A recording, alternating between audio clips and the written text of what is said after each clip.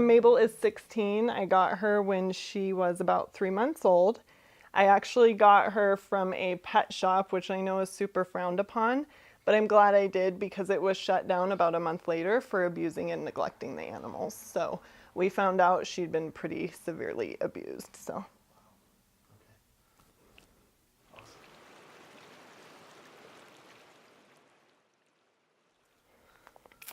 She's a little feisty.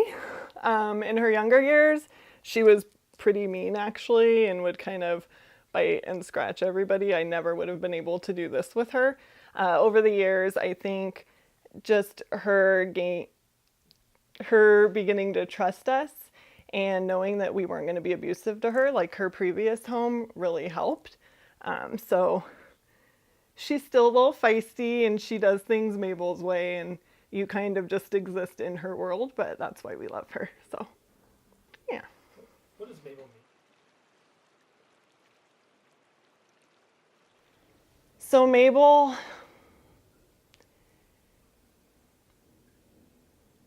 she's my best friend. She's a daughter to me. She's been there for me through the deaths of some pretty significant people in my life. She's been the one constant for me. She was there for me through the death of my very close cousin, a dear friend in college, my grandfather, and my baby. And so she just gets me in a way that actually most people in my life don't, and I really can't imagine my life without her.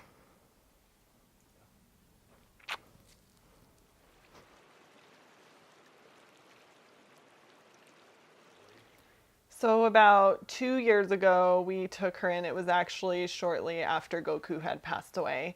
She was acting funny, she wasn't eating. She was actually pretty devastated that he was gone.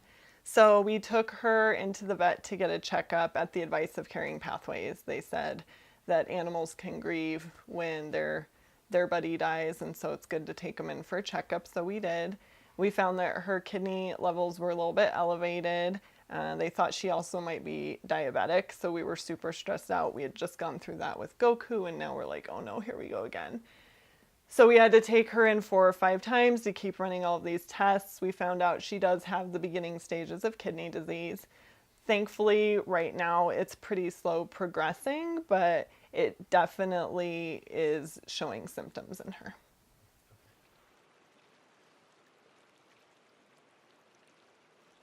So I'm lucky that I get to work with this team of really amazing veterinarians, and so I can talk to them about it, whether it be wanting to try new supplements or treatments or things to keep her comfortable, down to kidney food suggestions or things to watch for, to know that it's progressing, and also just when I'm sad and upset about it and I just want to talk to somebody about it, they're all there for me for that as well.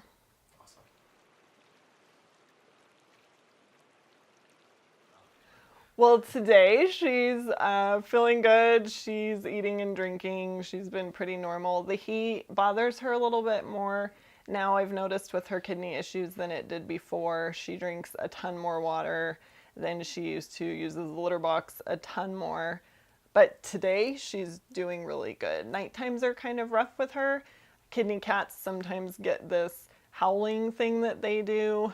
In the later progression, it can be because they're in pain, but I think in the beginning, she may also have some beginning stages of kitty dementia. And so at night she gets really confused when the lights go out and we go to bed. She used to follow us to the bedroom and know exactly where we were going, and now she sits in the living room and is confused and doesn't know where we are, so we have to turn on the light and take her back into the bedroom so she realizes where we're at. So that's kind of where she's at today in this moment.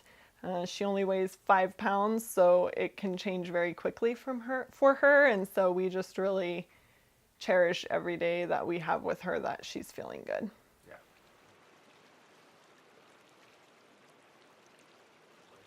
So the whole reason I did the blog was to kind of document my journey with Mabel and having not only a geriatric cat, but a cat that has some underlying health issues that will probably eventually be the cause of her death. And so I think it's just really important for people to kind of watch that journey unfold and know that just because your pet is elderly and you know time might be limited, or they have this diagnosis of something that's terminal, either short term or long term, I think it's really important to know that Caring Pathways can still help you at that point. Not only can they provide comfort care and help you kind of deal with taking care of them at home, they can also tell you what to look for, what are signs that they're in pain, what are signs that they're progressing.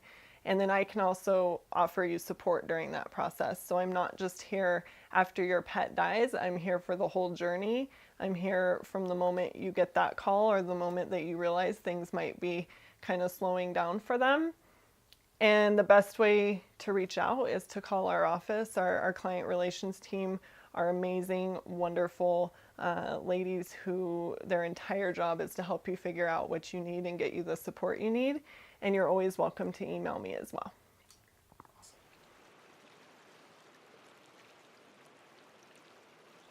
So sometimes it's really difficult to tell how your pet is doing because they can't look at you and say, I don't feel good.